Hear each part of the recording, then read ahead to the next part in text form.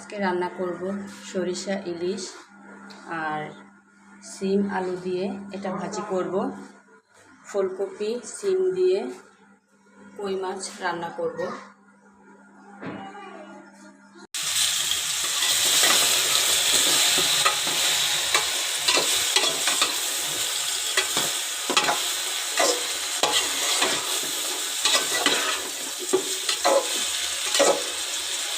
হালকা করে ভেজে নিলাম।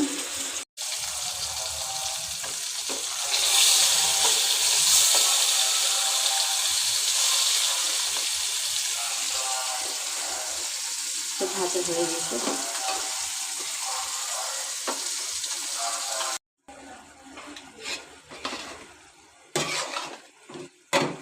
ফুলকপি সিম কষিয়ে নিচ্ছি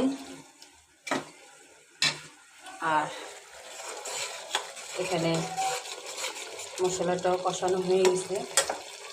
আজকে সরিষা বাটা একদম খুবই কম দিয়ে রান্না করতেছি। মাছগুলো এখন কষিয়ে দিব।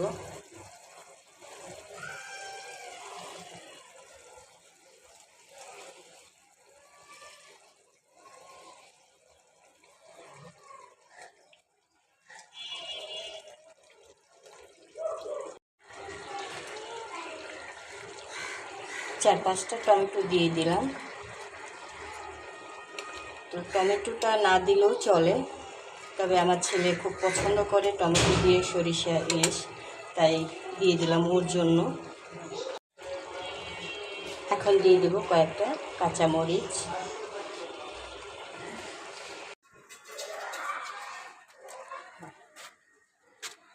সোজা করো, সোজা করে বাঁধো। হ্যাঁ না, এই লাইনটা হ্যাঁ এদিক দিয়ে রাখো, এদিকে কড়া রোদ। হ্যাঁ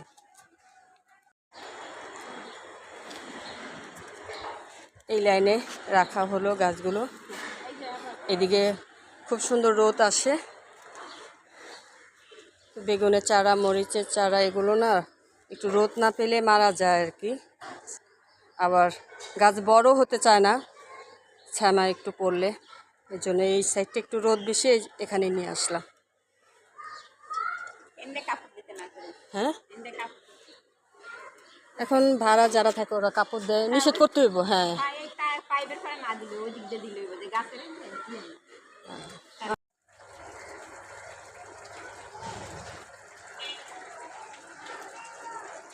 সরিষা